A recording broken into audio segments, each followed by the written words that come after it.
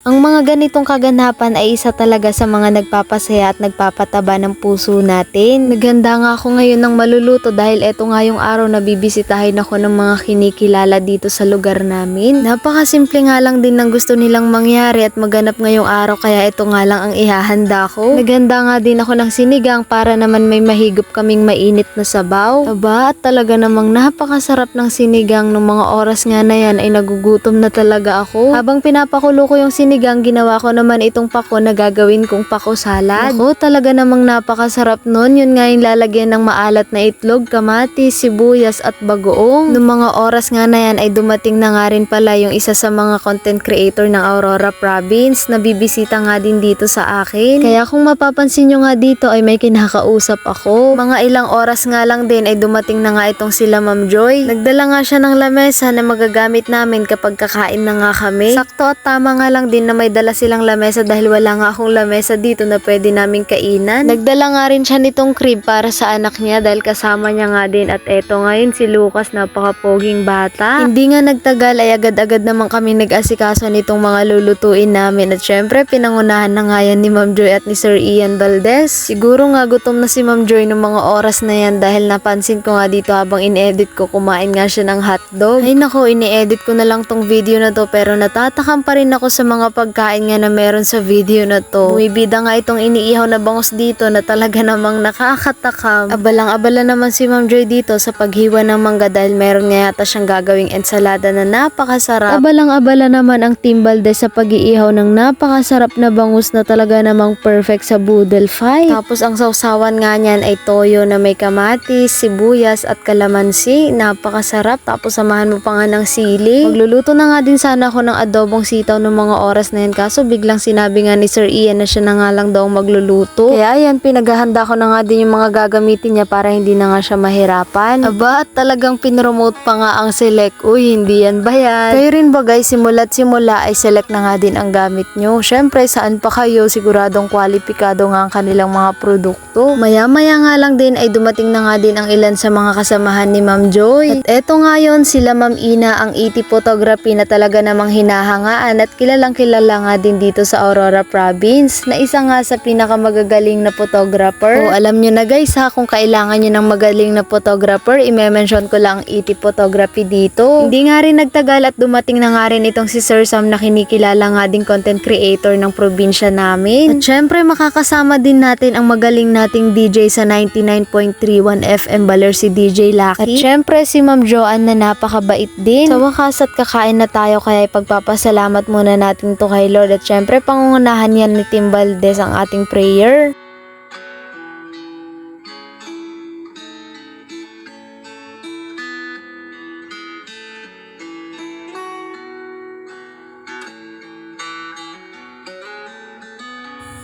Paano ba yan guys? Tara na, sabayan nyo na nga kami kumain dito. Salo-salo na tayo. Naku, akala ko naman magiging marami kami sa araw na ito. Sayang nga lang at hindi nakapunta yung ibang content creator natin dito sa Aurora. Di sana nakabanding na natin sila dito sa ANTV. Tignan nyo naman si Lucas dito, halos naliligo na nga sa pawis dahil nung araw nga na yan kahit walang sikat ng araw ay talaga namang napakainit nga ng singaw ng panahon. Tignan nyo naman si Lucas dito guys, napaka-pogi. Siguradong manang-mana nga ito sa daddy at sa mami niya. Sana nga pag ako rin nagka-baby ganito nga rin kapogi o kaya kaganda. Uy, syempre guys, paano hindi magiging pogi si Lucas? Talaga namang napakaganda ng mami niya. At alam nyo bang mami ni Lucas, siya ang ating representative ng Mrs. Universe Philippines 2024. At sa susunod nga na hakbang ay re-represent niya na nga din ang ating bansa sa Korea. Kaya guys, wag niyong kalimutan suportahan natin si Ma'am Joy Orta. Ilalagay ko nga rin ang kanyang Facebook account dito. Alam nyo guys, kahit napakasimple lang ng banding namin na to, talagang napasaya nga ako at napasaya nga rin sila. Alam niyo yun, yung kahit first time namin magsama-sama, ang gaan-gaan sa pakiramdam. Yung pakiramdam na komportable ka na kasi ang babait nga ng mga kasama mo at ang sasaya nga nila kasama. At yung tipo na hindi nga sila katulad nung iba na parang tinitignan ka mula paa hanggang ulo. Na kung minsan yung mga nakakasama at nakakasalamuha nga natin, mararamdaman natin na hinuhusgahan nga nila tayo gamit ang pagtingin nila. Pero sila hindi, kasi bukod sa napakasimple simple ay kontento rin sila sa kung anong meron at hindi rin nila papansinin kung anong meron ka lang. Ang sarap kaya magkaroon ng kaibigan o bisita sa tahanan na totoo sa'yo at hindi ka huhusgahan. At yung ganito kasimpleng salo-salo at banding ay okay na sa kanila.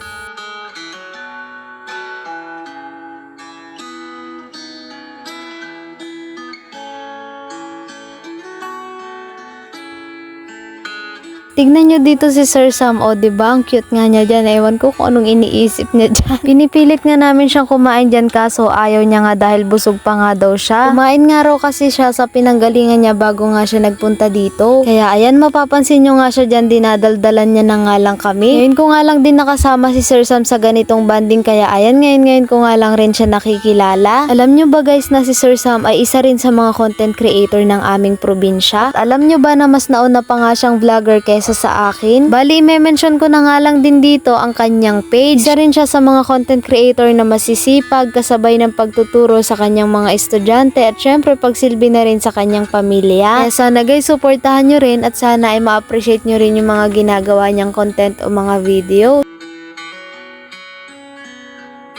Noong mga oras nga na yan, nagpapaalam na nga siya sa amin dahil meron pa nga daw siyang meeting. Bali, babalik na nga lang daw siya pagtapos ng meeting nila. Hanggang dyan ay inaaya pa rin namin siyang kumain pero ayaw niya talaga. Kaya ayan, nagbiro nga ako na ibulsa niya na lang yung isang alimango. Paano ba naman kasi napakaunti namin pero napakarami naming pagkain. Kung mapapansin nyo nga dyan, kanina pa kami kumakain pero parang hindi nga namin nababawasan yung nakahain. Kasalanan talaga to ni Sir Sam kasi hindi niya kami tinulungan kumain.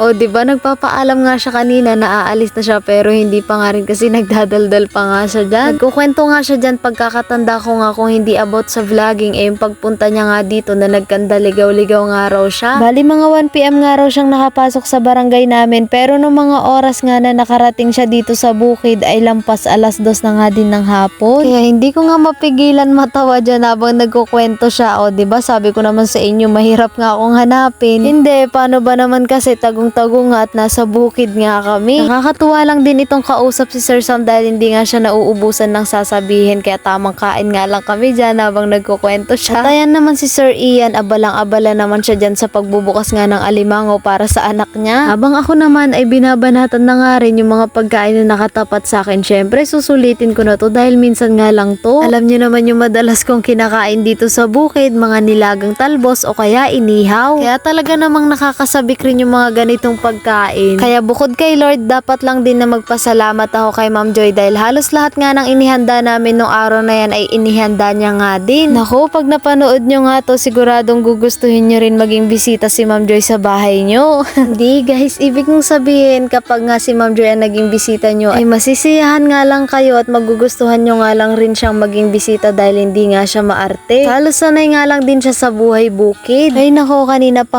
nga kami kumakain dito, hindi na nga kami natapos-tapos. Guys, alam nyo, isa to sa pinakamasayang banding, lalo na kung ang kasama nyo ay ang pamilya nyo. Kaibigan nyo man yan o kung sino mang mahal nyo sa buhay. Sobrang iksi lang ng buhay natin, di natin namamalayan ay matanda na tayo. Papayag ba kayo na magkauban na lang kayo na hindi nyo nasusubukan yung ganitong banding? Uy, sa mga taga-syudad dyan na merong probinsya na pwedeng uwian, uuwi na yan kapag merong free time. Ang sarap kaya ng ganitong banding guys, yung kakain lang kayo, tapos kwentuhan, kalmadong usapan, yung walang alak sa tabi nyo o kaya sa harap nyo, na siguradong walang initan ng ulo. Diba ang sarap-sarap sa pakiramdam nun? Sinong hindi gugustuhin ang ganitong banding? Basta ako, isa ito sa pinaka-paborito kong banding dito sa bukid. Pagkatapos ng lahat, fast forward na at nagsiuwian na nga din sila pero dumating nga itong si Sir Sam nung wala na nga sila. Marami kaming napag-usapan ni Sir Sam at in-interview niya na nga din ako about sa vlogging. Syempre, tungkol ito sa may mga matututunan pa nga kami about sa vlogging. Tungkol sa kung paano pa namin mas mapapagrow ang aming page. Basta guys, nakasalalay rin sa inyo sa mga sumusuporta sa amin kung paano mag-grow ang aming page. Malaking tulong din itong vlogging sa buhay namin kaya kahit napakahirap ay sinisikap nga namin magampanan. Kaya sana guys, magpatuloy lang kayo na sumuporta sa amin. At sa mga kapwa namin dyan content creator, lalo na sa mga nag-uumpisa pa lang, ituloy-tuloy nyo lang yan at magpatuloy dahil hanggat nagpapatuloy ka ay may naghihintay na tagumpay. Pagkatapos ng mga kaganapan sa buong maghapon, pinakain ko nga rin yung dalawa kong kapatid dito at sila na nga rin yung pinagmukbang ko sa mga natira namin dahil napakarami pang ang natira. Ano ba yan guys, hanggang dito na lang muna. Maghahatid nga ako sa pamilya ko nito at mumukbangin ko na nga din yung ibang natira. Ingat kayo lagi at maraming salamat sa panonood.